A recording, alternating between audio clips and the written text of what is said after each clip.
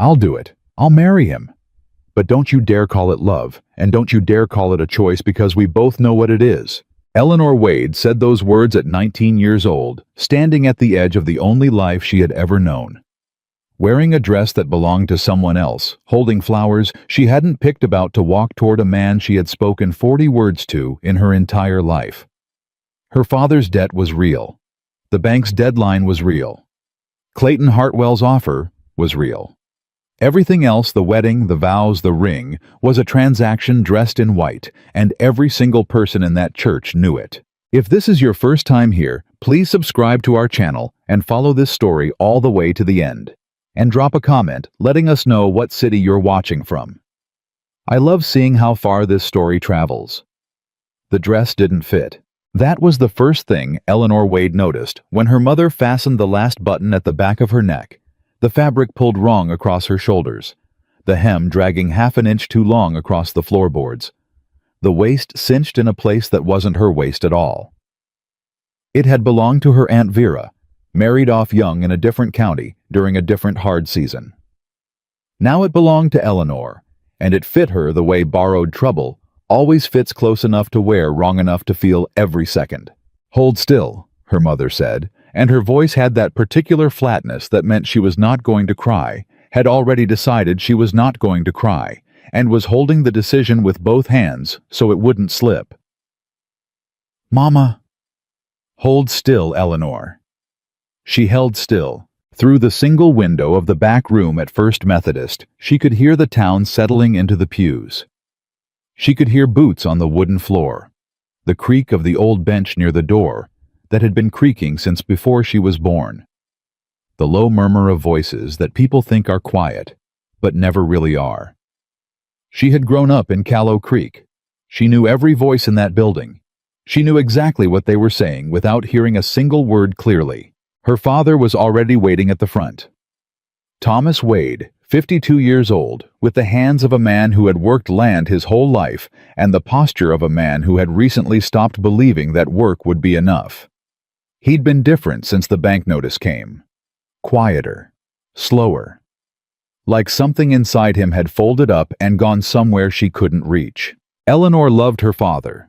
She had always loved him the way you love something that has cost you something deeply, with a kind of ache underneath it that you couldn't explain to someone who hadn't lived it. He had taught her to ride before she could read. He had named the constellations for her lying on their backs in the summer grass when she was 6 years old. He had held her hand at her grandmother's funeral and not said a single word, and somehow that had been exactly right. He had also 3 weeks ago shaken hands with Clayton Hartwell and agreed to give his daughter over in exchange for the clearing of a debt that had been swallowing the family whole for 2 years. She had not been in the room when it happened. She had found out at supper when her father set down his fork and looked at the center of the table instead of at her and said quietly, "It's arranged." Her younger brother Holt had asked, "What's arranged?" and her mother had told him to go check on the horses even though the horses were fine.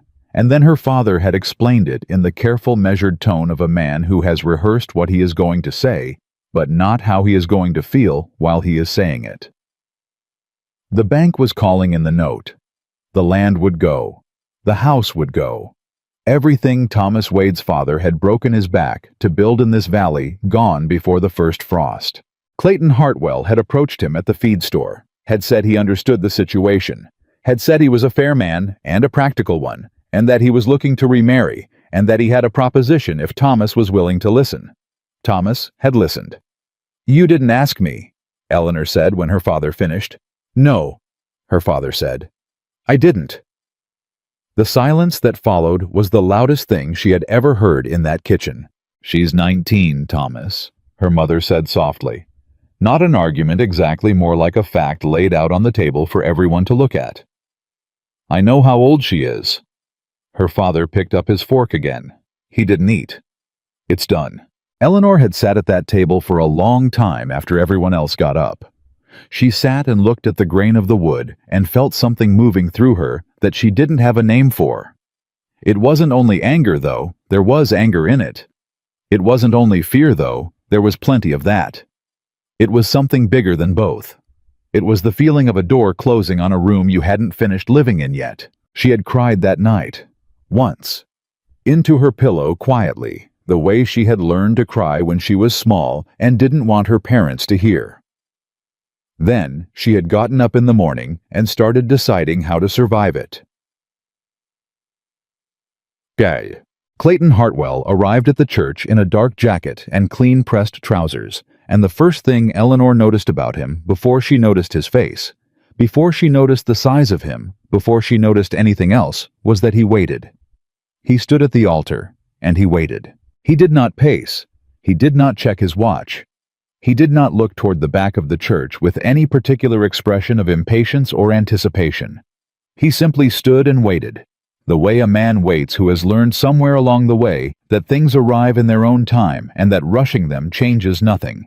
She had seen him before, of course. Callow Creek was not a large town. She had seen him at the general store, at the livestock auction once, at the church social 3 years ago, where he had spoken to the pastor for a long time and not danced once. She knew he was 41. She knew he ran the largest cattle operation in the county. She knew he had been married before and that his wife had died. She did not know much else. She walked down the aisle on her father's arm, and she kept her eyes forward and her back straight because she had decided that morning that whatever else happened, she was not going to walk down this aisle looking like a girl being dragged somewhere against her will, even if that was precisely what was happening. She was going to walk like a woman making a choice, even if the choice had been made for her, because that was the only kind of dignity left available to her, and she intended to take it. The whispers in the pews were a physical thing. She felt them on her skin. She heard Margaret Pruitt. She knew it was Margaret Pruitt by the particular pitch of that woman's concern-shaped cruelty. Murmur something to the woman beside her. She heard the words, "poor thing," and "that dress," and "what on earth was Thomas thinking?" And she felt her jaw tighten and her chin lift a fraction of an inch. She heard someone on the other side say, "Hartwell always gets what he wants," and she stored that away somewhere dark and quiet inside herself to examine later. She reached the altar. Clayton Hartwell turned to look at her then, and for the first time she looked back at him directly. He was taller than she remembered. His face was weathered in the way of men who spend their lives outdoors, not rough, not unkind, but marked. There were lines around his eyes and a steadiness in his expression that she couldn't immediately classify as either coldness or calm. He looked at her the way you look at something you're trying to understand, not the way you look at something you already own. She didn't know yet whether that distinction mattered. Pastor Gibbs cleared his throat and opened his Bible, and the service began. Eleanor said her vows in a clear voice. She had practiced them that morning in front of the small mirror in her room, speaking quietly, so no one would hear. Not because she wanted to be ready for them, but because she had been afraid that when the moment came, the words would stick somewhere in her throat, and she had decided that was not going to happen either. She was not going to stumble. She was not going to hesitate where the whole town could see. She said every word clearly, every syllable precise and deliberate. Clayton said his in a voice low enough that she almost didn't hear them, which surprised her. She had expected something declarative from a man of his position. Instead, the words came out quietly directed at her, and not at the room, and she caught herself filing that detail away before she'd decided what to do with it. When it was done, the ring was on her finger, a plain gold band. Nothing elaborate, and she appreciated that, for reasons she couldn't fully have explained, and Pastor Gibbs pronounced them husband and wife, and the church exhaled around them like a held breath released. Clayton did not kiss her at the altar. He turned to her, looked at her face for a moment, and then he offered her his arm instead. Behind them, the applause was polite and sparse, and entirely appropriate for a wedding that everyone present knew had not been planned for love. Eleanor took his arm. She walked back down that aisle on the arm of a man she had spoken 40 words to in her entire life, in a dress that had belonged to someone else, carrying a small bunch of late-season wildflowers that her mother had pressed into her hands that morning because there had not been money for anything else, and she held her head up the entire length of the aisle. She held it up the whole way. The reception, such as it was, happened in the churchyard. Someone had set out a table with cake and lemonade, and the women of the congregation stood in their clusters, and the men stood in theirs, and Eleanor moved through it all feeling like she was watching herself from a slight distance. Like part of her had retreated to somewhere inside herself and was observing the whole proceedings with a kind of careful, quiet wariness. Her father found her near the table. He put his hand on her arm, and she felt how much he was carrying in that touch. The apology. He hadn't said the explanation. He couldn't give the hope she was almost certain he held that she would be all right. That this would be all right. "Eleanor," he started. "Don't," she said. Not angrily. She was too tired for anger by then, and anyway, she was not going to do this in the churchyard with half the town watching. "Not today, Daddy." He nodded. His hand tightened briefly on her arm, and then he let go. She turned back to the yard and found Clayton Hartwell standing about 10 feet away, talking to Joe Aldridge from the neighboring property, or rather, listening to Joe Aldridge, who was talking at some length about something Eleanor couldn't hear. Clayton was nodding at appropriate intervals in the way of a man who is being courteous without being particularly engaged. As if he felt her looking, he glanced over. Their eyes met. He said something brief to Joe, who laughed and clapped him on the shoulder, and then Clayton walked toward her with that same unhurried deliberateness she'd noted at the altar. "Are you ready to go?" he said. No pleasantries, no performance, just a direct question asked in a reasonable voice. "Yes," she said. They left the churchyard side by side, and she heard the hum of conversation start up behind them before they'd reached the gate, and she understood with absolute clarity that the talk would go on for weeks, would probably go on for months. That the story of Eleanor Wade and Clayton Hartwell's arrangement marriage would travel through every kitchen and parlor and Sunday gathering in Callow Creek like a river finding its own level. She let it go. She didn't have the energy to carry it, and she was going to need every bit of what she had for what came next. The Hartwell Ranch was 7 miles outside of town, and they traveled in the wagon mostly in silence. It was not a hostile silence. Eleanor had braced herself for something, for a speech, for expectations, laid out plainly, for something that would make the territory clearer and also worse. What she got instead was a man who appeared entirely comfortable with quiet watching the road ahead of him and letting the miles pass without filling them. After about 4 miles, he said, "There are some things you should know before we get there." "All right," she said. "Mrs. Pruitt, that's the housekeeper. She's been with the ranch 12 years. She'll show you where things are. You don't answer to her, but she knows the place well, and there's no reason not to use that." He paused. "You'll have your own room, your own space. I won't come into it without an invitation." She had been staring at the road ahead of them. She turned slightly to look at his profile. He kept his eyes on the horses. "I'm not." He stopped, seemed to select the next words deliberately. "I know what this looks like. I know what people are saying. I want to be plain with you, so there's no confusion about what this arrangement is." "Then be plain," she said. "I needed a wife," he said without embarrassment, as though it were a perfectly ordinary statement, and maybe she thought in the world he operated in it was. "The ranch needs managing that I can't do alone. The hands respect the position of a household, and I—" Another pause.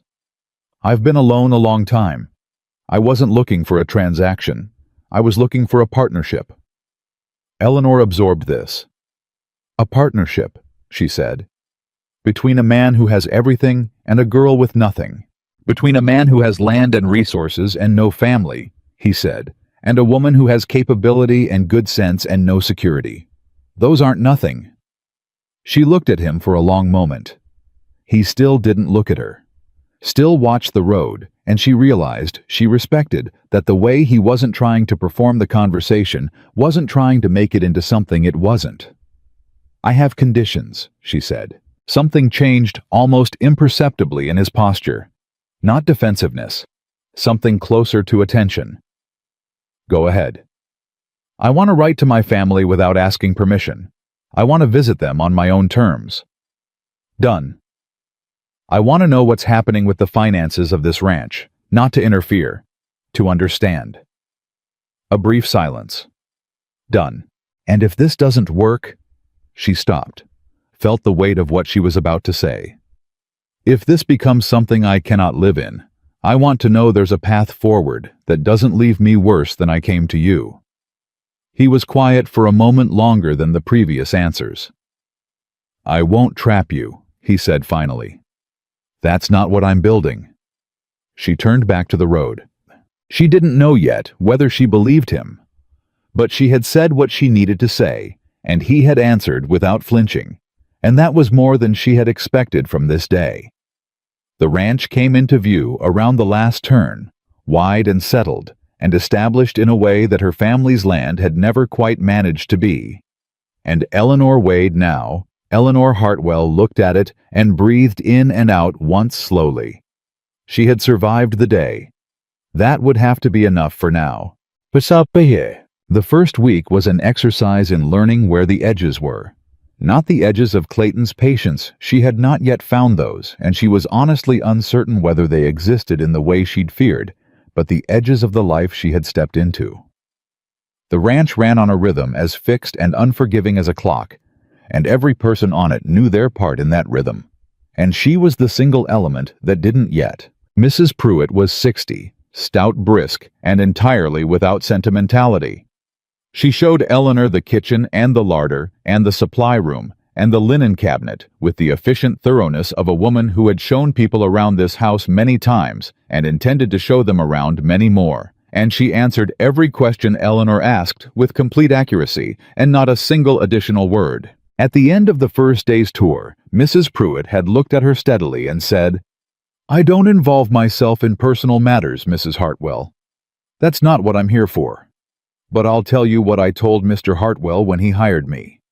This kitchen runs the ranch as sure as the cattle do, and I run the kitchen, and as long as we're clear on that, we'll get along fine." "We're clear," Eleanor said. Mrs. Pruitt had nodded once, turned and gone back to the stove. It was, Eleanor thought, just about the most honest welcome she was going to get, and she was grateful for it. The ranch hands were 6 in number, and they treated her the way men who work land treat most things they're uncertain about, with watchful distance and careful courtesy. She learned their names in the first 3 days. Walt Denny, the 2 Carver brothers. She privately called them Big Carver and Less Big Carver until she sorted out which one was Amos and which was Saul, a young hand named Pip, who couldn't have been more than 17 and clearly wished he were somewhere else, and a quieter older man called Reuben, who appeared to speak only when absolutely necessary and to see significantly more than he ever commented on. She did not try to befriend them all at once. She did her work, the bread baking, the mending, the 100 small domestic tasks that fell to the household, and she did it without complaint and without asking to be noticed, and she watched. Clayton Hartwell. She was learning, ran his ranch the same way he had spoken to her in the wagon, directly, without theater, and with an economy of words that forced you to pay attention to the ones he chose. She heard him through the kitchen window one morning tell Denny and Walt that the northeast fence line needed restringing before the cattle pushed through it. And the way he said it, quiet, specific, already moving on to the next thing, made both men move without question. Not because they feared him. She understood that quickly, because he had already assessed the situation correctly, and they knew it. She stored this away, too. 12 days in, she found out about his wife. She hadn't asked. She had been careful not to ask. It felt like pressing on a bruise she had no right to touch yet. But the information came to her sideways, the way important things often do, through a gap in a conversation she wasn't supposed to be part of. She had come into the main room to return a book she'd borrowed from the shelf. Clayton had told her to borrow what she liked, and she had taken him at his word and heard his voice through the half-open door of the study, low and even, and another voice she didn't immediately recognize.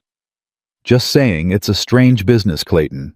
The girl can't be more than—" "She's 19, Clayton said. "And her name is Eleanor." A pause. "Right. Well, don't you think you should have— after Margaret. A person might think you'd want to—" "What a person might want," Clayton said. And she heard something in his voice she hadn't heard before. A thinness, a restraint, like something held very carefully. "And what a person decides to do are separate things, and I'd appreciate it if we stayed on the business that brought you out here." The other voice shifted. Of course. Right. About the water rights. Eleanor set the book down quietly on the table and went back to the kitchen. Margaret. She sat with the name for the rest of the afternoon, and she thought about the way he had said it, not with tenderness, not with bitterness, but with something that was neither, something that lived in the space between the two and did not move from it. She didn't ask him about it that evening, but something shifted in how she thought about him, not softened exactly, not warmer, but complicated in a way that made her look at him differently over supper, and when he passed her the bread without being asked, and said, "You seem tired," and she said, "I'm fine," and he said, "You don't have to be." She sat with those 5 words for a long time after she'd gone to bed. You don't have to be. She wasn't sure yet what to do with a man who said things like that. She wasn't sure what it meant.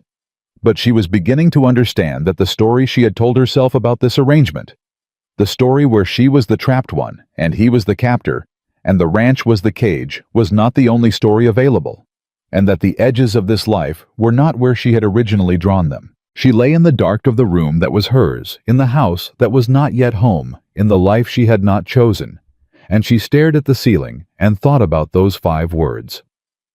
Outside, the wind moved through the grass, and the ranch went on existing around her, solid and indifferent and entirely real. And Eleanor. Wade. Eleanor. Hartwell pulled the blanket up around her shoulders and decided that tomorrow she would stop surviving the days and start paying attention to them. It was, she thought, the bravest decision she had made since she walked down that aisle. And no one would ever know she had made it. She had told herself she would start paying attention. What she hadn't accounted for was how much there was to see once she actually started looking. The bread was the first thing. 3 days after she made that quiet decision in the dark, Eleanor tried her hand at the ranch's weekly baking. 4 loaves, the kind that needed to last through the work week and hold up to being carried out to men in the field. She had baked bread before plenty of times, but the oven at the Hartwell Ranch ran hotter than the one at her family's house, and she didn't know it yet, and the first 2 loaves came out wrong. Not ruined edible solid, but the crust was too hard, and the inside was dense in a way that tasted more like effort than skill. She set them on the table and looked at them, and felt a particular irritation that had nothing to do with the bread, and everything to do with the fact that she was 19 years old and living in a stranger's house, and couldn't even get a loaf right. Mrs. Pruitt came in, looked at the loaves, looked at Eleanor, and said without any detectable sympathy, "That oven runs hot on the left side. Move your pans right and drop the temperature 20 degrees. "I didn't know," Eleanor said. "Now you do," Mrs. Pruitt said, and poured herself a cup of coffee and went back to her business. The next 2 loaves came out right. Clayton said nothing about the bread at supper, but he took 2 pieces instead of 1, and she noticed, and she was more unreasonably satisfied by that than she wanted to admit. That was when she understood something important. There was a whole language operating in this house that had nothing to do with words, and if she was going to live here, really live here, not just endure it, she was going to have to learn to speak it. So she did. She learned the rhythms of the kitchen, the particular way the hinges on the back door needed lifting slightly before pulling, or they'd stick the fact that Reuben drank his coffee black and scalding, and was in the worst mood of his day until he'd had it, and that Pip the young hand had a habit of skipping breakfast and then making mistakes by mid-morning that he wouldn't have made on a full stomach. She started leaving something out on the kitchen table early. Nothing elaborate, just biscuits or cold cornbread, and she never said a word about it, and Pip never said a word about it either, but the mistakes stopped, and once passing her on his way to the barn, he said, "Morning, Mrs. Hartwell," with a warmth that was genuinely meant and that felt like something. It was not a grand life. It was not the life she had imagined. Not that she had imagined. Much had been too busy surviving the present to give the future serious thought, but it was a life with texture to it, with the particular satisfaction of things done correctly, and the particular frustration of things not yet understood. And somewhere in the middle of the 3rd week, she realized with a kind of shock that left her standing still in the middle of the kitchen that she had gone an entire morning without thinking about the wedding. She didn't know what to do with that. She stood there for a moment holding a jar of preserves she'd been about to put away, and she turned the realization over in her mind the way you turn something unfamiliar to find where it fits. And then Mrs. Pruitt walked in and said, "Are you going to stand there all day?" And Eleanor put the preserves away and got on with the afternoon. But she held the thought. Something in the shape of this life was fitting around her in a way she hadn't expected. She wasn't sure yet whether that frightened her or not. Clayton came in from the east pasture one afternoon near the end of the third week with a long cut across the back of his right-hand barbed wire. She could tell by the look of it, narrow and clean and deep enough to matter. And he was already at the pump washing it when she saw him from the window. She brought out the medicine box without being asked. He looked up when she came through the door, registered what she was carrying, and said nothing. He held his hand still while she cleaned the cut, which was worse than it looked from a distance. And she worked without talking, because there was nothing to say, and the work required attention. He watched her hands, not her face. She was almost done when he said, "You're not squeamish." "No," she said. "Most people are. Most people haven't helped calve cattle in the dark and kept everyone calm about it," she said, without looking up, and she felt more than heard the small shift in him, not quite a laugh, but the almost shape of one. "Your father's spread," he said, "since I was 12. She tied off the bandage with a neat knot. "Hold that pressure for a few minutes. It needs to seal." He looked at his hand. Then he said, "I didn't know that about you." "There's a lot you don't know about me," she said, and the words came out evenly without an edge because it was simply true and not an accusation. He looked at her, then really looked at her, the way he hadn't quite done since the wedding, and she met it without looking away, because she had decided she was done being looked at without looking back. "That's fair," he said. She put the medicine box under her arm and went back inside, and she stood in the kitchen for a moment with her heart moving a little faster than the task required, and she thought, there it is. That's the edge I couldn't find before. Not an edge of danger. An edge of something else entirely. She put the box away and started on supper. The first time she heard about Margaret was from the housekeeper, not from Clayton. She had learned enough about Mrs. Pruitt by then to understand that the woman did not trade in gossip. What she offered rarely at unexpected moments was information she had decided you needed delivered plainly and without decoration, and usually when you least anticipated it. It came on a Thursday evening when Eleanor was hemming a shirt, and Mrs. Pruitt was going through the linen inventory at the other end of the table. The house was quiet. The hands had turned in. Clayton was still in the study with the account books. Without preamble, without looking up from her count, Mrs. Pruitt said, "His wife's name was Margaret Calloway when he married her, Margaret Hartwell after. She died in childbirth 4 years ago. The baby, too."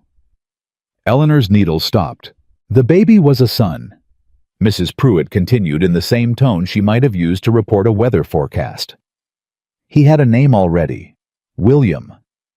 She set down one pile of linen and picked up another. "I'm not telling you this to upset you, or to set the stage for something. I'm telling you because you've been good enough not to ask, and I've been watching you figure out this house piece by piece, and you deserve to have that piece too." Eleanor looked down at the shirt in her hands. She thought about the way Clayton had gone still when that visitor said Margaret's name. The particular quality of that stillness, not grief, not anger, something older than both. Something that had been lived with long enough to become part of a person's structure. "How long did he close himself off?" she asked. Mrs. Pruitt thought about it. "About a year where you could see it. Longer where you couldn't." "Does it—" Eleanor stopped. "Does it what? Does it affect how he—" She wasn't sure how to finish the sentence. "How he sees me. How he'll always be measuring me against a ghost. How I'll always be living in a house with someone who loved someone else first and lost them in the worst way possible." Mrs. Pruitt set down the linen entirely and looked at her. "He is not a man who transfers pain onto other people," she said. "I've known him 12 years. He keeps it where it lives. He doesn't use it as an excuse, and he doesn't use it as a weapon." She paused. "That's not nothing." "No," Eleanor said slowly. "It's not." She went back to the hemming, but the shirt was blurry for a moment, and she had to blink twice before the stitches came clear again. She was in the garden, the kitchen garden at the side of the house, still half wild, clearly. Something that had been tended once, and then not on a Saturday morning when she heard the wagon coming up the road, and before she could place the sound, she heard a voice she would have recognized anywhere. "Eleanor! Eleanor, is that you?"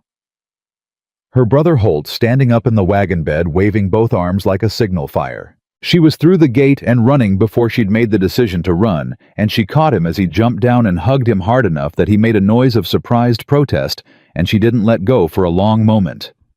"Mama sent preserves," he said into her shoulder. "And Daddy sent, well, he just sent himself really. He's up front." She let go of Holt and looked up at the wagon.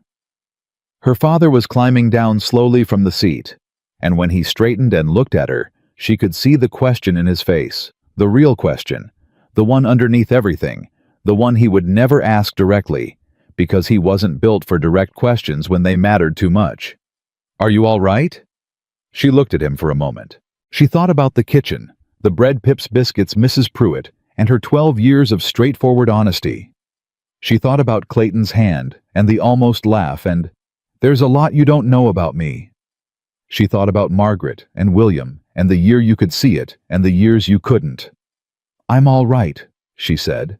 Her father let out a breath that he had apparently been holding since the wedding, and walked toward her, and she went to him, and he put his arms around her the way fathers do when they are apologizing for something too large to put into words.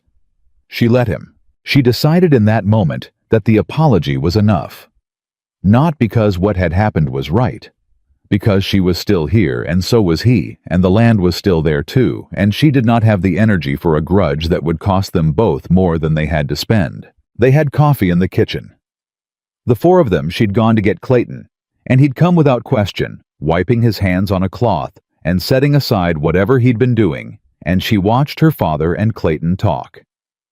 Carefully at first, on both sides, finding the footing of two men who are connected by something uncomfortable and have to decide whether to stand on it or around it. It was Holt who broke it open. Holt, who was 16 and had no patience for Careful, who asked Clayton direct as a fence post. "Do you know how to play cards? Because Daddy doesn't, and Eleanor is terrible, and I've been playing with myself for 2 weeks." Clayton looked at Holt for a moment. Something crossed his face that she recognized now as the almost laugh. "I know how to play cards," he said. They played 3 hands before her family left, and it was not healed. Nothing about it was healed, but something had been bent back toward upright, and that was more than she had expected from the day. After the wagon disappeared down the road, she stood in the yard for a moment, and Clayton stood a few feet away, and neither of them said anything. Then he said, "Your brother is going to be something when he's older." She thought of Holt waving both arms in the wagon bed. "He already is something," she said. "Just loud about it."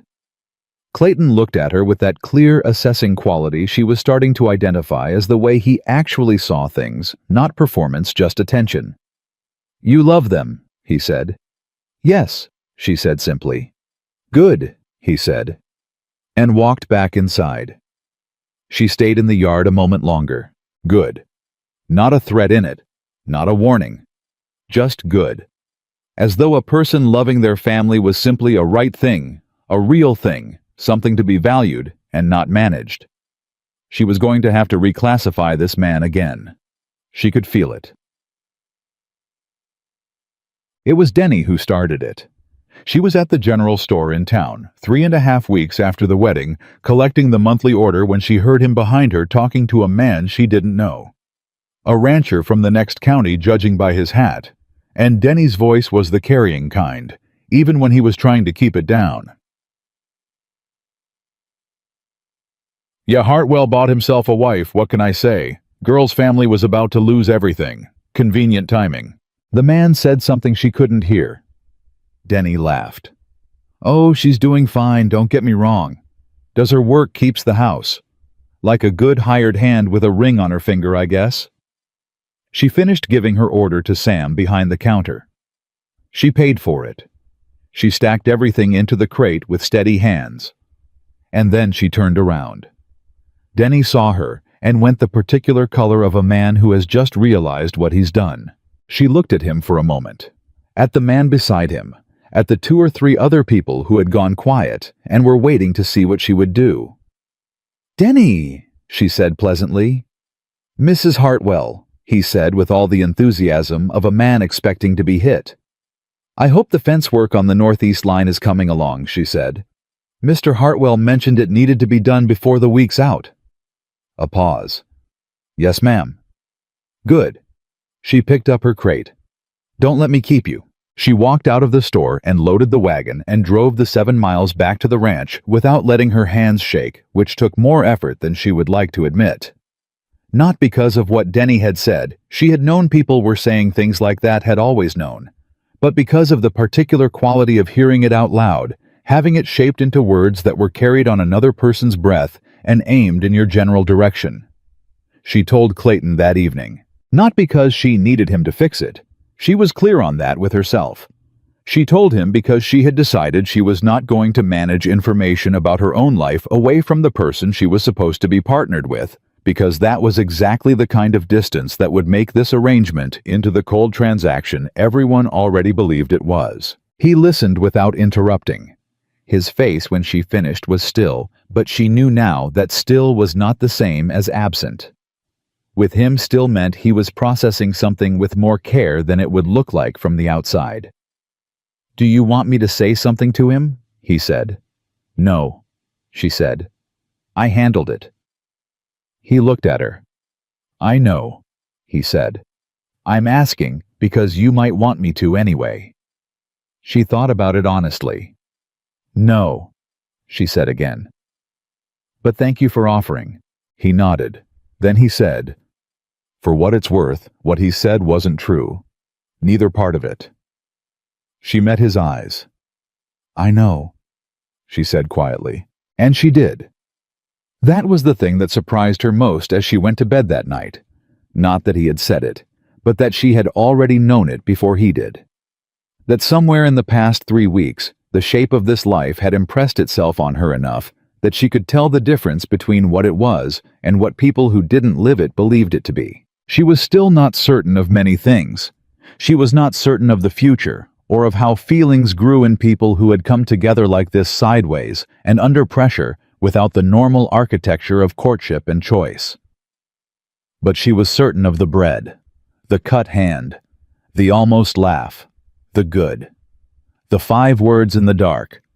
She was certain of those, and they were enough to hold on to while she figured out the rest.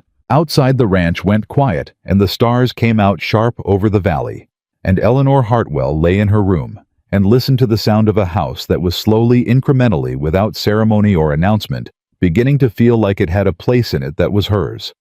She didn't know yet what to call that, but she felt it, and she was paying attention now. She found out about the ledger on a Tuesday, not because Clayton showed it to her. She had asked him weeks ago to be included in the ranch's finances, and he had agreed. But the actual sitting down together with the books had been postponed, the way practical things get postponed when daily work keeps filling the hours. She found it because she was looking for the household expense record to reconcile against what Mrs. Pruitt had spent at the store, and she pulled the wrong book from the shelf, and she opened it before she realized it wasn't what she was looking for. She almost closed it immediately. That was her first instinct. Shut it, put it back. It's not yours. But she had promised herself she was paying attention now, and what she saw in the first column of numbers stopped her hand. The ranch was not as stable as it looked from the outside.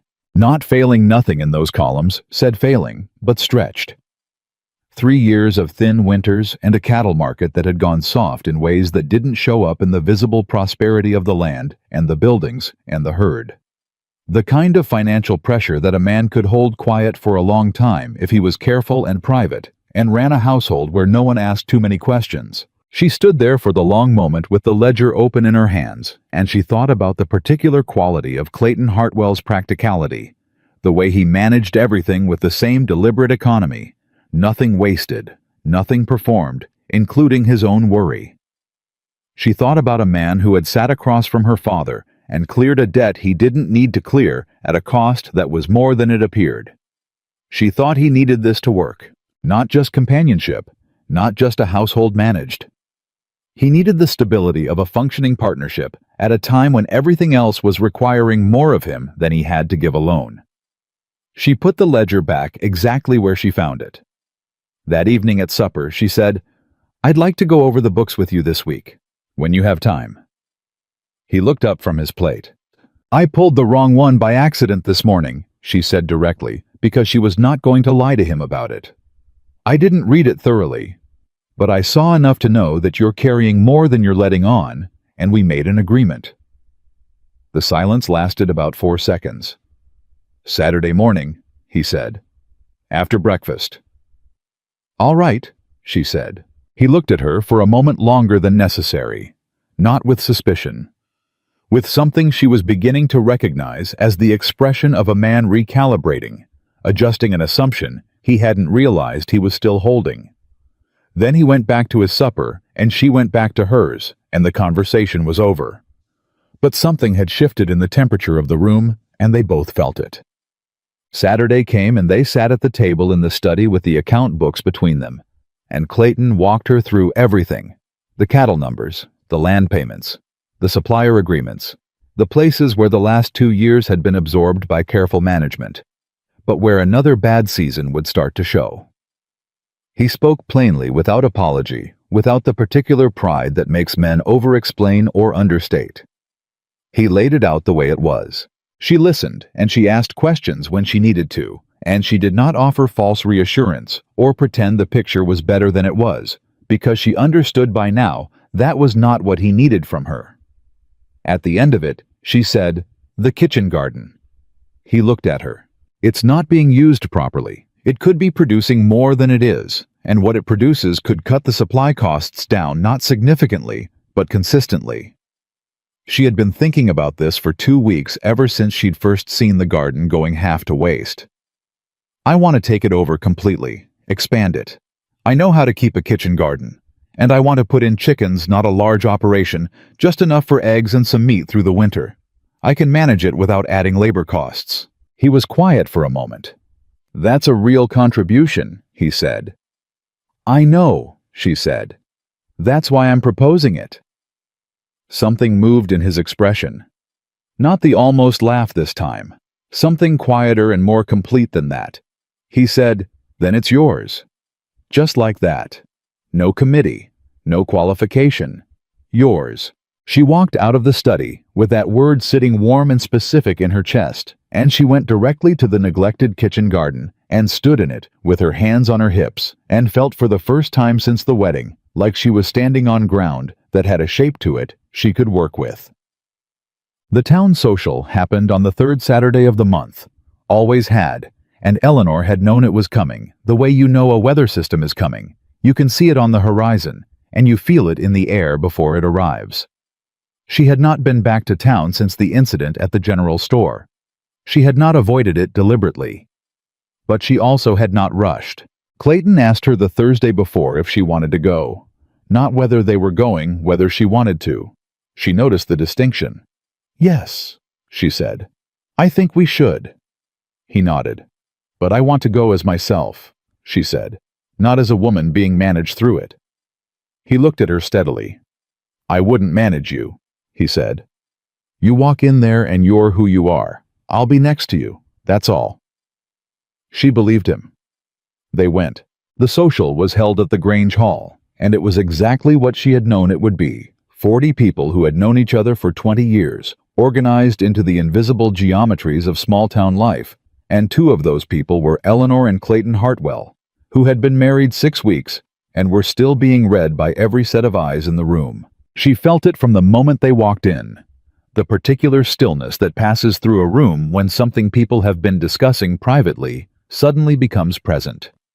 She felt it like a hand pressed flat against her sternum. She kept walking. Her mother found her first, pulling her into a hug that lasted longer than usual and smelled like the kitchen at home, and that helped. Holt appeared from somewhere with a plate of food he was working through with single-minded focus, and managed a muffled "hey" around a biscuit. Her father shook Clayton's hand, and the handshake lasted a beat longer than a formality, but shorter than a reconciliation, which Eleanor privately classified as progress. It was Margaret Pruitt who provided the first true difficulty. Not the housekeeper Margaret Pruitt, the banker's wife, the woman whose voice she had heard at the wedding, the gravitational center of Callow Creek's opinion on everything. She came at Eleanor from across the room with the focused trajectory of a woman who had decided something needed to be said and had appointed herself to say it. "Eleanor," she said warmly, the way you say something warmly when the warmth is a delivery mechanism. "You look well. You look like you've been working hard." "I have," Eleanor said. "Ranch life suits some women," Margaret Pruitt said, glancing across the room to where Clayton was talking to the pastor. "And some women it just uses up. You know what I mean." "I'm not sure I do," Eleanor said pleasantly. "What I mean is—" And here, Margaret Pruitt dropped her voice to the particular register of the concerned. "You're 19, Eleanor. You should be choosing your own life, not serving in someone else's." The word serving. Eleanor looked at this woman who had whispered at the wedding and watched from the pews, and had decided that pity was both her right and her gift. And she felt something clarify inside her, like a solution settling. "I appreciate your concern," she said in a voice that was entirely steady. "But I'd ask you to be careful with assumptions about what I'm doing and why. Because what you're describing isn't my life. It just looks like it from where you're standing." Margaret Pruitt blinked. "I manage our kitchen garden and the household accounts." Eleanor continued, same even tone. "I have my own room, my own correspondence and full knowledge of the ranch finances. My family visits when they choose. I made conditions before I agreed to anything, and those conditions have been honored." She paused. "What I'd ask you to consider is whether what bothers you about my marriage is actually my welfare, or whether it's that it didn't turn out to be the sad story you were expecting." The silence in their immediate orbit was absolute. Margaret Pruitt said with considerably less warmth, "I was only trying to—" "I know," Eleanor said. "Thank you." And she moved on. Her hands were shaking slightly by the time she reached the refreshment table, and she was reaching for a glass of lemonade when she felt Clayton appear at her side. Not dramatically, he had simply materialized the way he had a talent for doing there without announcement. "I heard most of that," he said quietly. "I didn't need rescuing," she said. "I know," he said. "I wasn't coming to rescue you. I was coming because that woman has been a thorn in this county's side for 30 years, and I wanted to see how you'd handle her." A beat. "You were better at it than I would have been." She looked at him. He was looking at the room. "What would you have done?" she asked. "Said less and left faster," he said. "Your way was better." She laughed. It came out before she made the decision to let it, and it was short and genuine, and surprised even her, and she heard it in the air between them, and felt him register it beside her, and neither of them said anything about it, but it settled in the space between them, like something that belonged there. They drove home in the dark, and the silence was different from the silences before. It was not the careful silence of two people managing distance.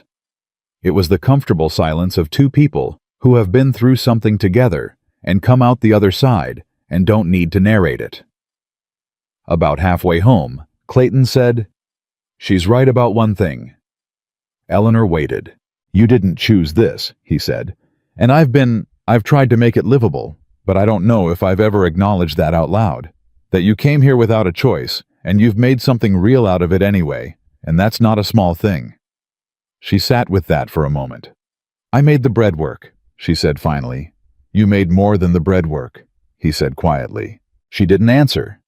But she didn't look away from the road ahead, and he didn't either, and the silence that followed was the warmest one yet. The thing she had been feeling coming arrived on a Wednesday 2 weeks later, and it arrived through Reuben. Reuben, the oldest of the hands, the quiet one, the one who saw everything and said almost nothing, came to the kitchen door at 7 in the morning, with his hat in his hands, and his face carrying something serious that she didn't immediately understand. "Clayton's down in the south barn," he said. "He fell. Something with his shoulder. He's up and moving, but he won't stop working, and it's worse than he's letting on." She looked at Reuben. "He told you to come, tell me," she said. Reuben was quiet for a beat. "No," he said. "He didn't. He told nobody nothing. I'm telling you because somebody should." She got the medicine box and her coat and followed Reuben to the south barn. Clayton was working through whatever had happened to his shoulder with the grim, methodical determination of a man who has decided that acknowledging an injury would require him to stop, and stopping is not presently acceptable. She could see it in the set of his jaw and the particular way he was favoring his left side and refusing to show it. "Clayton," she said. He turned, assessed the medicine box, assessed her face. "It's fine," he said. "Let me see," she said. "Eleanor." "Clayton." She held his gaze without moving. "Let me see." A long beat. He let her see. It was a separated shoulder, not fully but badly strained, the kind that needed to be immobilized and rested for at least 2 days, or it would become fully separated and take a month to recover. She told him this. He listened with his jaw still set. She waited. 2 days, he said finally. 2 days minimum, she said. Or 6 weeks. Your choice. He looked at the work around him. He looked at her. He looked at the work again. "Reuben," he said without raising his voice. Reuben, who had been standing at a reasonable distance pretending to examine a rope, said, "Yeah, boss. You've got the south pasture today. Take Amos." "Already planned on it," Reuben said, and walked away before Clayton could change his mind. Eleanor bound his shoulder in the kitchen, and he sat still for it this time, and she worked carefully, and neither of them spoke until she was tying off the wrap. Then he said, "You told him to come get you." "Reuben made his own decision," she said. "Reuben doesn't make his own decisions about the ranch without somebody prompting him," he said. She met his eyes. "I asked him the first week," she said. "I asked all of them. I said if any one of them saw something that needed seeing to and didn't know whether to act, they could come to me." She paused. "I wasn't overstepping. I was filling a gap." He was very still.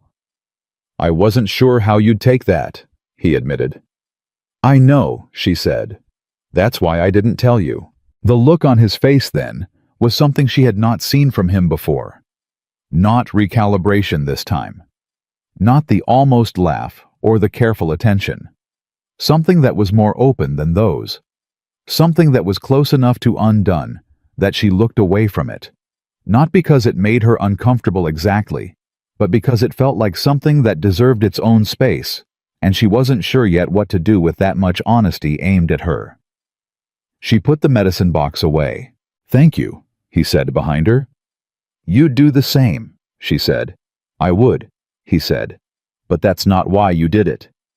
She didn't answer that, but she carried it with her for the rest of the day through the kitchen work and the garden, and the long evening turning it over, feeling its weight the way you carry something you're not ready to put down, and not ready to hold close either.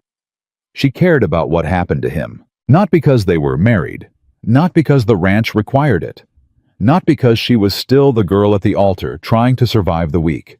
She cared because the past 6 weeks had built something between them that she hadn't planned for, and it was real, and it was hers. She didn't know yet what to call it, but it was there, solid and undeniable.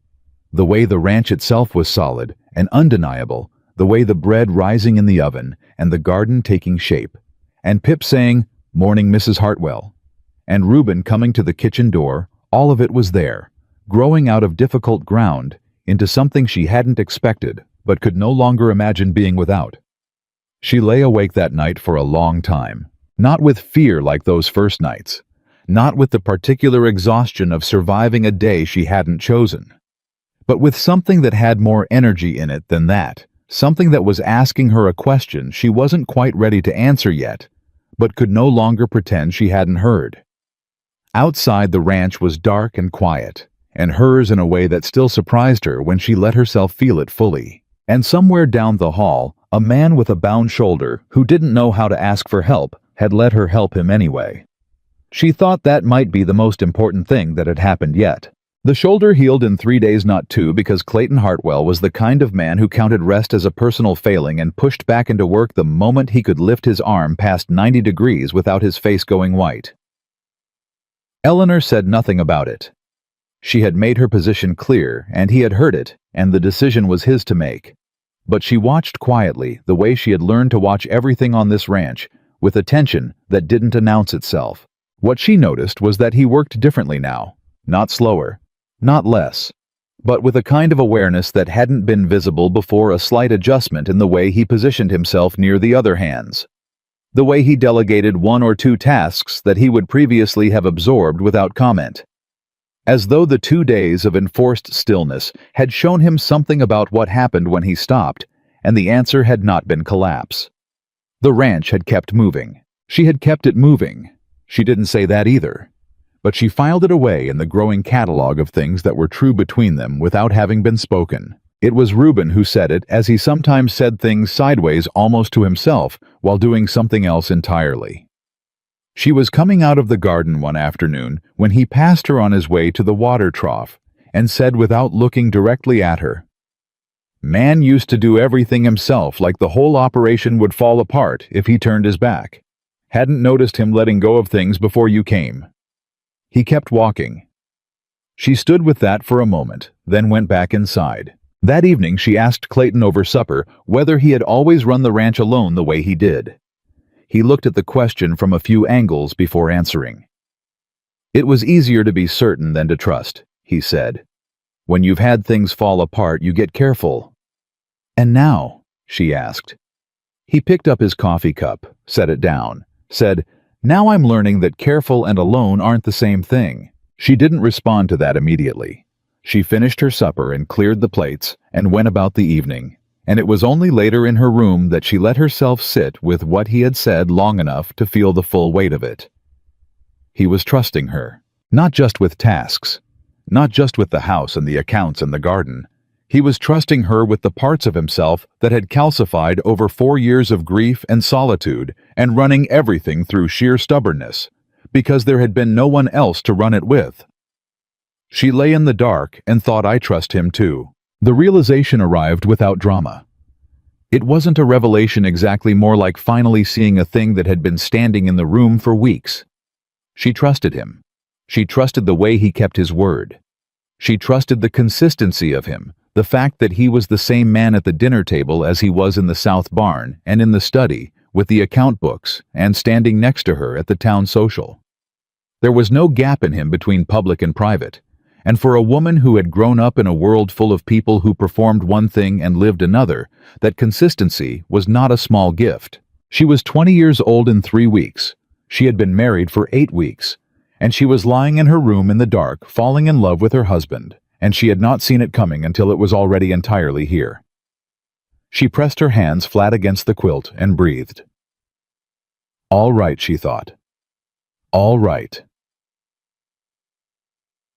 The letter arrived on a Friday, and it was addressed to Clayton, and she would not have known what was in it, except that he brought it to her. He set it on the table in front of her after supper, without saying anything first. She read it. It was from a man named Gerald Price, a land broker out of the county seat, and the tone of it was the particular tone of a man who believes himself to be delivering an offer so reasonable that refusal would be irrational. He was representing an unnamed buyer interested in acquiring the Hartwell Ranch and the adjacent water rights. The number offered was real money, enough to clear every strained line in those account books and leave significant remainder. He would need an answer within 30 days. She read it twice, then she looked up. "Why are you showing me this?" she said. "Because it affects you," he said. "If I sell, everything changes. Where you live, what you're building." He paused. "I wanted you to know before I decided anything." She set the letter down carefully. "What do you want to do?" she asked. "I want to know what you think," he said, and she heard the straightforwardness in it. He was not deflecting, not maneuvering. He was genuinely asking. She thought about the garden, about the chickens she'd ordered, about the household accounts she'd been trimming and rebuilding, about the bread in the kitchen, and the way this ranch ran through her hands now every single day, a living thing she had put herself into. "I think selling is a permanent answer to a temporary problem," she said. He was quiet. "The accounts are strained, but they're not broken," she continued. "We have 2 good growing seasons if we manage the herd right and the water holds. I can cut the household expenses further, not drastically, but consistently. And if we expand the garden operation and take on a small hay yield on the east field, we add income without adding significant labor." She stopped. "But it's your land, Clayton. It was your father's, and before that your grandfather's, and none of what I just said changes, that this is your decision to make." He was looking at her with that open expression she had seen in the south barn, the one that was close to undone. "When did you work all that out?" he said. "Over the last 3 weeks," she said. "I've been waiting to see if you'd bring it up or decide alone." A long silence. "I'm not selling," he said. "Good," she said. He almost laughed. She could see it the same. Almost she had catalogued a dozen times, and then he did laugh quietly and briefly, and she felt it like the first warm day after a hard winter. "Right back to Price," she said. "Tell him the ranch isn't available." "Already planning on it," he said. The real trouble arrived 2 weeks after the letter. Not from Price, as it turned out, from the man behind Price. His name was Walter Cobb, and he was not a broker, he was a consolidator. And Callow Creek had been watching him swallow up smaller operations in the neighboring county for the better part of 2 years. He was systematic patient, and he did not take no as a final answer. Eleanor found out about him the way she found out about many things, through a gap in a conversation that wasn't meant for her. She was in the dry goods section of the general store when she heard the storekeeper Sam telling someone that Cobb had been at the bank that week, talking to Elias Pruitt, the banker, Margaret's husband, about acquiring water rights by alternate means if direct purchase failed. Alternate means. She bought her supplies and went home and told Clayton that evening. He sat with it for a moment, then said, "Pruitt can't act on that without cause." "He can generate cause if he wants to," she said. "If there's any irregularity in the deed records, any outstanding claim, any technicality that gives him a foothold." "There isn't," Clayton said. "Are you certain?" He wasn't certain. She could see it. He was confident, but certainty and confidence were different things, and he was honest enough to know it. "Who filed the original deed?" she asked. "My father, 1871. "Then we need someone to look at it," she said, "before Cobb does." Clayton looked at her across the table, and she held the look, and she watched him decide. "I'll ride to the county seat Monday," he said. "I'm coming with you," she said. The faintest pause. "All right," he said. The county seat was a half-day's ride, and they left before sunrise, and she sat beside him on the wagon and watched the country open up around them and felt the particular quality of a shared purpose, the way it compresses distance, makes silence comfortable, gives two people a direction that belongs to both of them equally. At the Land Records Office, they found the deed. It was intact, clean, properly witnessed, exactly as it should be. But it was the clerk, a small, careful man named Aldous, who had worked that office for 20 years and clearly enjoyed knowing things, who told them, while ostensibly studying a form on his desk, that a man matching Cobb's description had been in 2 weeks prior asking to review adjacent property surveys. "What was he looking for?" Clayton asked. Aldous looked at the ceiling for a moment. "Access roads," he said. "Old survey access roads that might cross registered private land." He looked back at his form. If a road was ever registered for shared use, and the current owner didn't maintain the exclusion claim, it could create a right-of-way argument. Clayton went very still. Eleanor said, "Does the Hartwell deed have a shared road registration?" Aldous turned several pages, found one, set it on the counter without comment, and stepped away to file something else. There it was. A survey road running along the north edge of the property, registered in 1868, 3 years before Clayton's father bought the land with a notation of agricultural access. Never formally converted to private exclusion. Never challenged because no one had ever tried to use it. Until now. She looked at Clayton. He was reading the same line. "He can claim right-of-way," she said quietly. "He can use it to run cattle or equipment across the north edge and make the water access argument from there. Can we close it?" Clayton asked Aldous's direction. Aldous reappeared at the counter as if summoned. File an exclusion claim, have it witnessed, recorded, and posted within 60 days. Uncontested, it's clean. He paused. Contested, that's a different matter. Will it be contested? Eleanor asked. Aldous looked at her for the first time fully. If the party interested has resources and patience, he said carefully, it could take a while. She thought about Cobb. Systematic, patient. File the exclusion today, she said to Clayton. He looked at her. She held it. Today, she said again. We'll file today, Clayton told Aldous. They sat in that office for 3 hours filling out paperwork, and Eleanor checked every line, asked 3 questions. Aldous answered with visible approval and signed as a named party to the Hartwell property claim, because Clayton told the clerk to add her name without hesitation and without her asking. She looked at her name on that document. Eleanor Hartwell, named party. Eleanor Hartwell, co-registrant. Something moved through her that she couldn't fully name. Not triumph bigger than that. Something that felt like the first time she had stood in the kitchen garden and thought, this is mine. Except larger, more permanent, more fully true.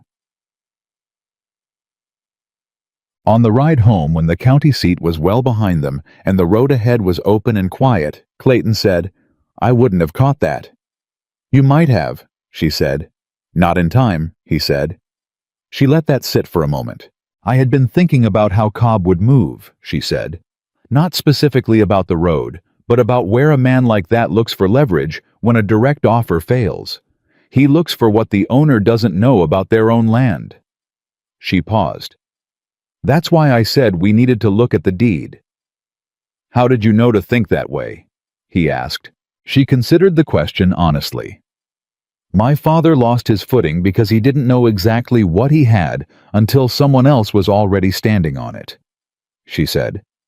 I decided I wasn't going to live that way. He was quiet for a long stretch of road. Then he said, There's something I want to do. When we get home. I've been thinking about it for a while, and today settled it for me. She waited. I want to transfer 200 acres to your name, he said. The South Field and the water easement on the lower creek. Independent of the marriage in your name, your deed, your asset. The wagon kept moving. The horses kept pulling. Eleanor said nothing for a full 30 seconds because she needed those seconds to keep herself from saying something she hadn't thought through. Why? She said finally. Because you've earned land, he said. Because you came here with nothing and you've put yourself into this ranch and this life in a way that deserves something solid under it. Because if anything happens to me, you should have ground that belongs to you and can't be touched. He was looking at the road ahead, voice level and plain. And because I should have done it sooner. She looked at his profile. She thought about the girl at the altar with the borrowed dress and the wilted flowers, telling herself she was going to walk like a woman making a choice. She thought about 19 and a debt and a handshake that had rearranged her life without asking. She thought about bread and ledgers and a bound shoulder and a name on a deed at a county records office. I want to do it publicly, she said. He turned to look at her. In town, she said. In front of people. Not because I need the audience, but because what you're saying deserves to be witnessed. Because there are people in that town who have been telling a story about us since the beginning, and what you're proposing is the true version of this, and I think the true version should have witnesses. He held her gaze for a long moment. When? He said. Saturday market, she said. When the whole town is there. He turned back to the road. Saturday, he said, and that was that. She sat beside him the rest of the way home and felt the ranch coming closer with every turn of the wheel, and she thought about Saturday and witnesses and her name on a deed, and she thought about the question she had been carrying for weeks, the one she hadn't been ready to answer. She thought she might be ready now, not because of the land. The land was not the reason. The land was the proof of something that had already been true, and what was true was this. She had come to this ranch as a transaction, and she was leaving that story behind. And the man sitting beside her on this wagon had made that possible.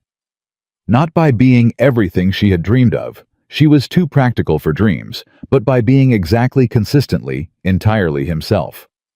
And herself had turned out to be exactly what she needed. She didn't say any of this, not yet. There was Saturday to get through first, and she wanted to do things in the right order.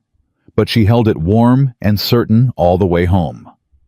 Saturday came in cold and clear the way mornings do when the season is turning, and the air hasn't decided yet whether to stay or go. Eleanor was up before the household.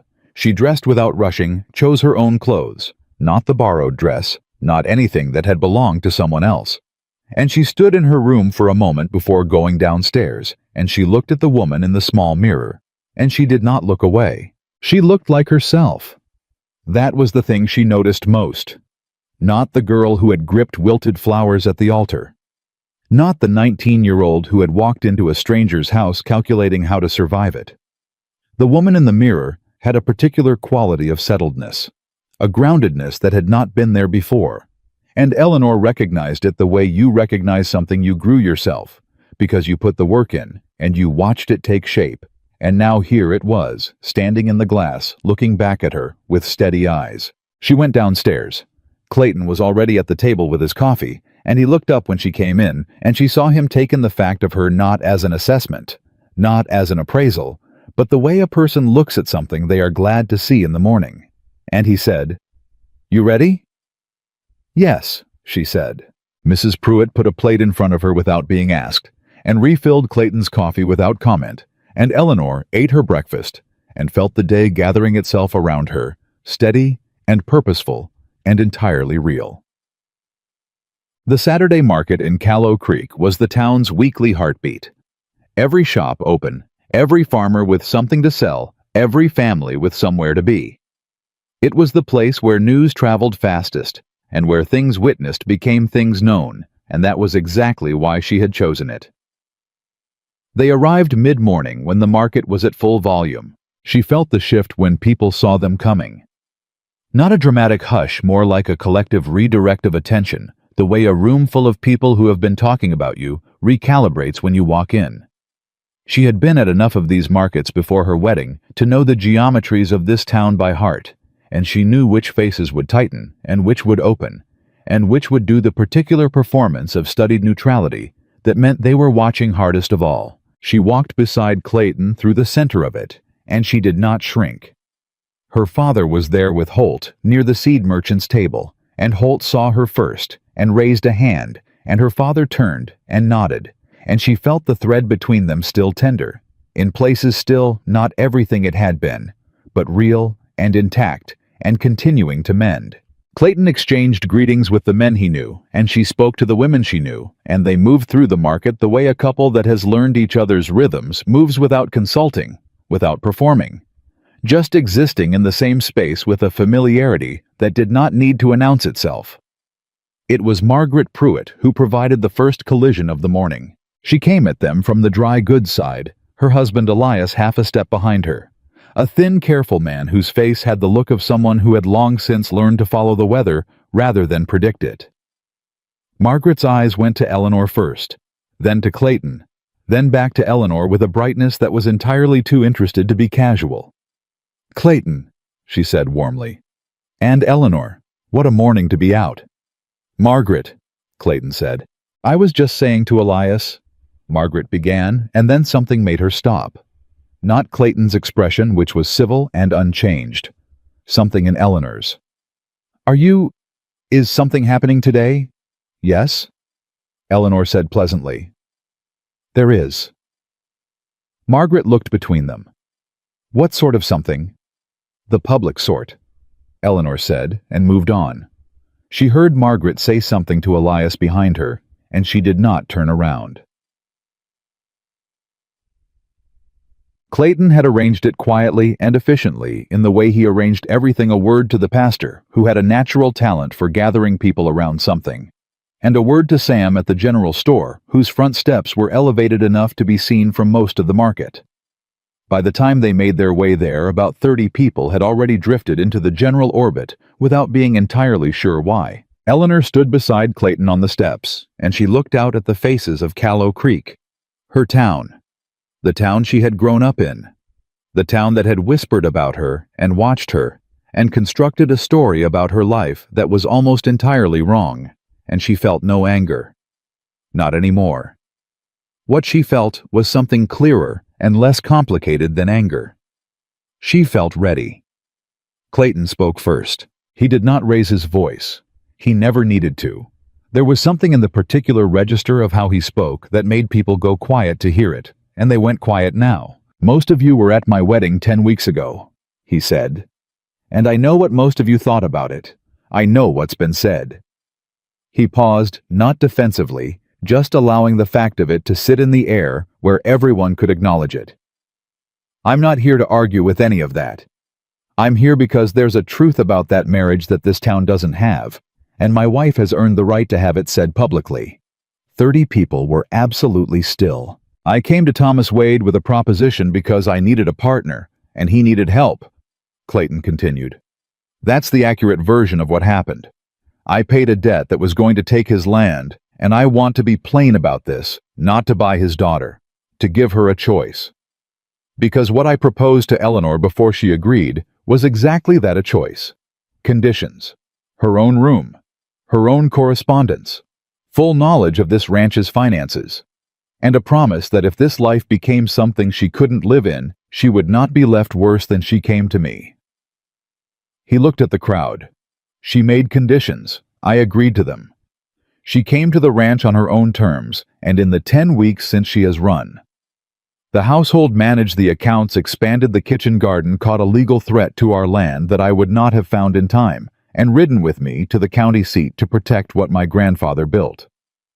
Another pause. "She has been a partner in every sense of the word, and today I am transferring 200 acres of Hartwell land, the South Field, and the Lower Creek easement into her name alone, her deed, her asset, hers entirely independent of this marriage and belonging to no one else."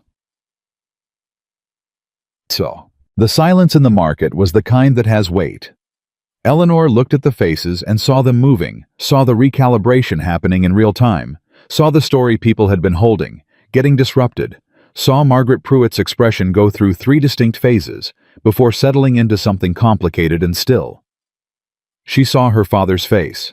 Thomas Wade was standing near the edge of the gathered crowd, and he was looking at Clayton with an expression she had never seen on him before. Not relief exactly, something more than that. Something that looked like a man being shown that the decision that had kept him awake for 10 weeks had landed somewhere he hadn't dared to hope for. His eyes moved to her. She held his gaze, and she gave him a small nod. Not forgiveness. Forgiveness had already happened quietly without ceremony somewhere in the middle of a kitchen table card game. Just acknowledgement. "We're all right." He looked down. She saw his chest rise and fall. Clayton said, "I didn't buy a wife. I made a proposal to a woman with good sense and more capability than anyone in this town knew, and she had the courage to say yes under hard circumstances, and she has not stopped building something worth having from the first day to this one." He looked at Eleanor, then directly in front of everyone. "The land transfer documents are at the county records office, filed and witnessed as of yesterday morning. Her name is on the deed. That's all I had to say." He stepped back, and the whole market turned to look at Eleanor. She had thought about what she would say. She had not prepared a speech she did not want. A speech did not want anything that felt rehearsed. But she had turned the essential thing over in her mind on the wagon ride and in the quiet of the previous evening. And she knew what was true, and she was going to say it. She looked at the crowd. "I came to this marriage afraid," she said. "I won't pretend otherwise because most of you saw it on my face and there's no point in rewriting that." Her voice was even and clear. "I came in a dress that didn't fit, carrying flowers I hadn't picked, walking toward a man I didn't know. And every single person in that church that day had already decided what my life was going to look like." She paused. "You were wrong." A few people shifted. No one spoke. "Not because it's been easy," she continued, But because what I found on that ranch was not what you assumed I'd find. I found a man who kept every word he gave me. I found work that was real and mine. I found a household that needed someone willing to see it clearly, and I was willing.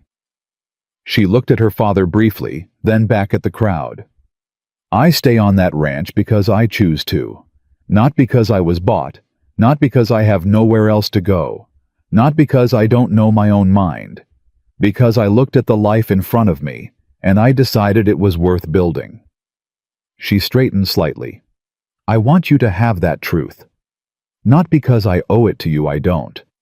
But because there are young women in this town who may one day be standing where I was standing 10 weeks ago. And I want them to know that the story other people tell about your life is not the only story available.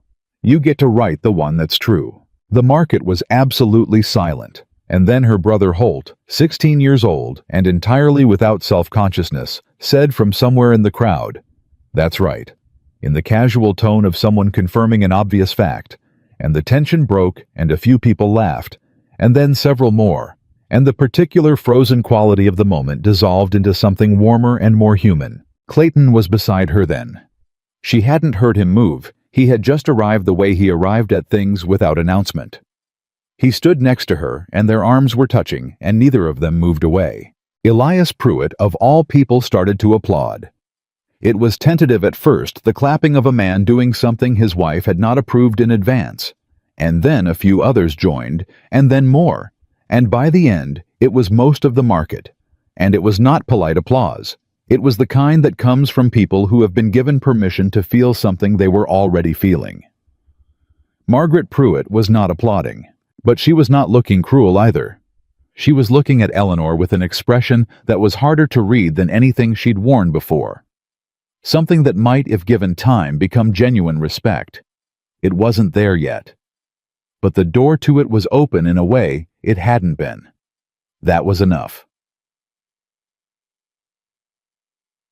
Her father found her afterward, when the crowd had dispersed back into the business of the market, and Clayton had been pulled into a conversation with the pastor, and Holt had discovered a dog near the butcher's table that he was now apparently responsible for.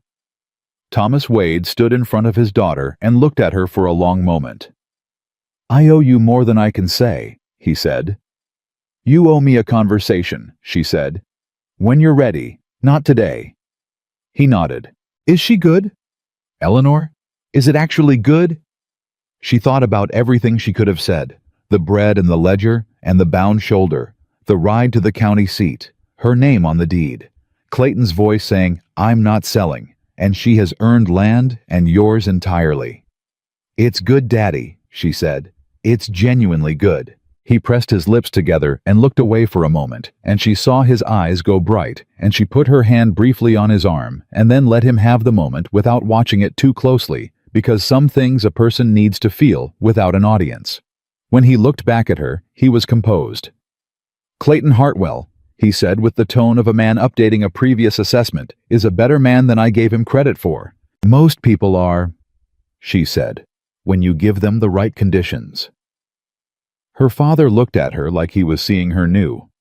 Like the girl he had sent into the unknown had come back as something he hadn't entirely anticipated, and was proud of in a way he didn't yet have the language for. "Your grandmother would have liked you," he said finally. It was the highest thing he knew how to say. She knew that about him. "I know," she said. "Go find Holt before he brings that dog home." He went, and she stood for a moment alone in the middle of the market in her own clothes on her own 2 feet, with her name on a deed in a county records office, and the full, clear knowledge of exactly where she stood and what she was building and who she was building it with. The drive home was quiet and warm, and the afternoon light was doing what afternoon light does in that country in the turning season, coming in long and gold and serious like it means to stay a while. About a mile from the ranch, she said, "I have something to tell you." Clayton glanced at her. "I've known it for a few weeks," she said. "I wanted to wait until it was certain before I said it out loud." She felt him go still beside her, not tense, but focused the way he focused on things that mattered. "I'm with child," she said. The words were simple and clean in the air between them.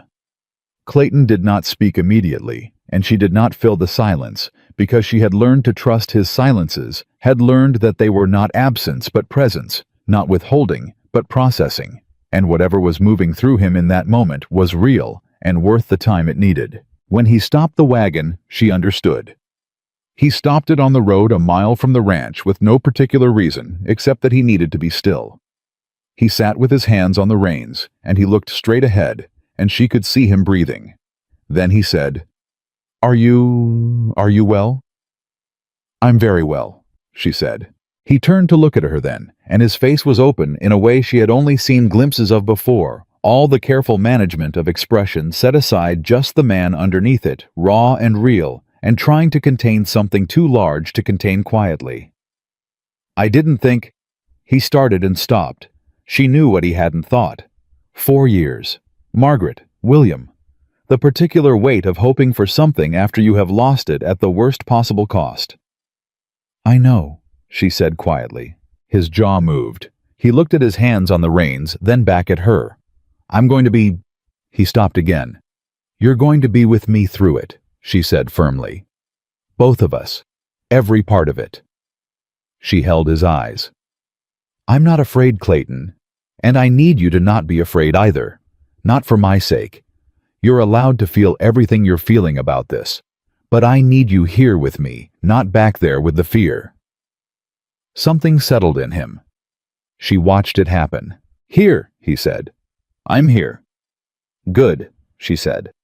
He reached over and took her hand, and she let him hold it, and they sat there on the road for another minute while the horses waited, and the afternoon light came down golden and patient around them, and then he picked up the reins, and they drove the last mile home.